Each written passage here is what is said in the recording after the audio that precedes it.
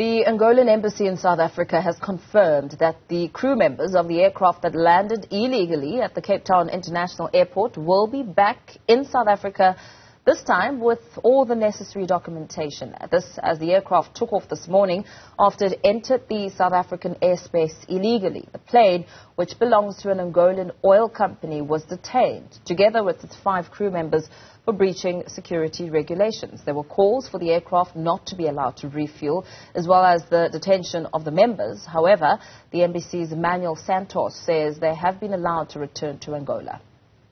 They went back to prepare the papers, to get the permits. So if they get the permits, they can come back to South Africa and collect them. And also, I would like to take advantage and thank the South African authorities for allowing them to refuel the aircraft and releasing them to go back home to prepare the necessary papers. Santos says the mishap has not affected his country's relations with South Africa. Well, there's no any friction between both governments, Angola and South Africa. We work together with the Department of International Relations and Cooperation, and all was done to make sure that the crew was given the necessary protection, and they were given all the conditions and refueling the aircraft and given the permission to leave the country in normal way. So there's no any friction between the two governments. Let's now get the latest on the ground from our reporter Natalie Malgas, who's been closely monitoring the story for us. Natalie, a very good afternoon to you. We know that the Angolan Embassy spokesperson has been trying to do some damage control to reassure South Africa that Angola respects the rules that are underway in South Africa. He's also spoken about consulting aviation experts in South Africa on how to best manage the situation. What's the latest?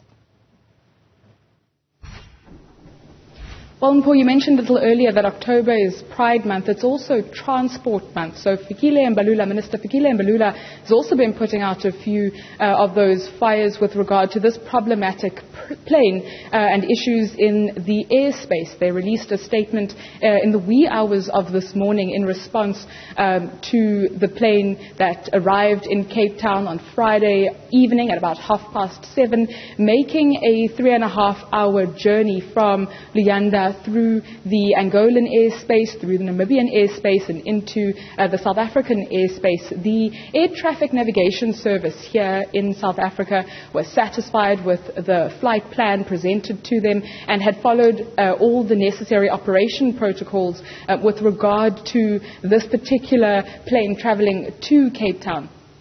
It says that this plane was not undetected. In fact, it was carefully monitored, it was followed and ticked all the necessary boxes in that regard. However, it was when the crew landed in Cape Town and wanted to disembark that they realized they don't have this crucial piece of paperwork, the foreign operating permit. From a preliminary investigation that the Transport Department did upon learning that this plane doesn't have the necessary operating permit, the Transport Department says it's satisfied that they didn't breach any other safety protocols. They did all the necessary security sweeps. They checked their qualifications and licensing of the crew members, and they're satisfied that that all checks out. And when it came to the issue of the operating permit, the embassy also got involved really swiftly, asking for guidance moving forward to resolve this matter quite swiftly and apologizing for this breach. What we should bear in mind is that this plane was subcontracted by the Angolan national carrier TAG, that is unable to take to the skies for a number of different reasons.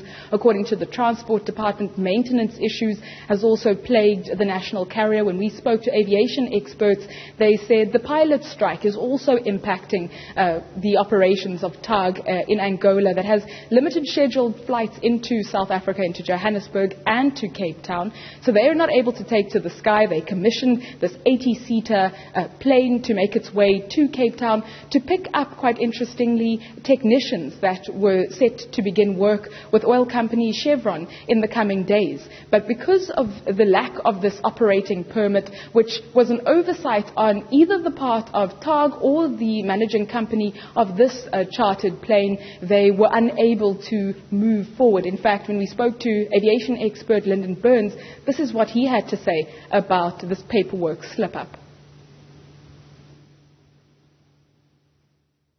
This would have been a slip-up either by TAG or by Heli Malanga as the operator of the aeroplane, but remember they were subcontracted, so somewhere between the two of them somebody dropped the ball. The TAG Angolan Airlines, which was meant to operate the flight but couldn't because they're having a pilot strike, and it had subcontracted Heli Malanga.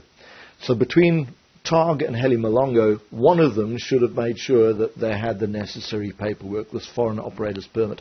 And it would appear that somebody made the assumption, but nobody checked. So between them, they've dropped the ball. South Africa's role in all of this is that when you arrive, and this would apply in any other country as well, if you arrive in a foreign country with an aeroplane, you've got to be able to produce the permit that shows, that you're allowed to operate that particular scheduled flight. And when we talk about a scheduled flight, we mean a published flight run by an airline according to a timetable. Humpo, we heard from the Angolan Embassy that this matter is not going to disturb or derail Angolan and South African relations. What is crucial here is what South Africa does next. As a member of the International Civil Aviation Council, it's going to be interesting to see how they respond to this breach, because as we heard from aviation expert Lyndon Burns, this is a mandatory piece of paperwork that all commercial flights have to be in possession of when entering international airspaces and wanting to conduct flights of this nature. In fact, this is what he has to say about any further action on the part of South African authorities. It implies that. We, of course, haven't seen any proof of that. But I think what's important to note is that this takes place in the context of South Africa having just been elected to serve on the International Civil Aviation Organization Council. Now, the International Civil Aviation Organization is the UN body that sets the standards for global civil aviation. So we cannot afford to be seen playing fast and loose with the law.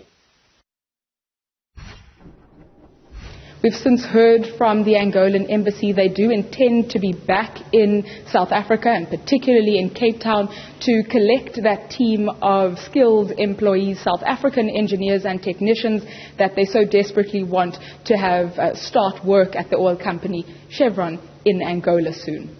Very well, Natalie Malgas. Let's leave it there for now. I suppose we'll continue to keep a close eye on how this plays out during the next couple of days. We leave it there for now.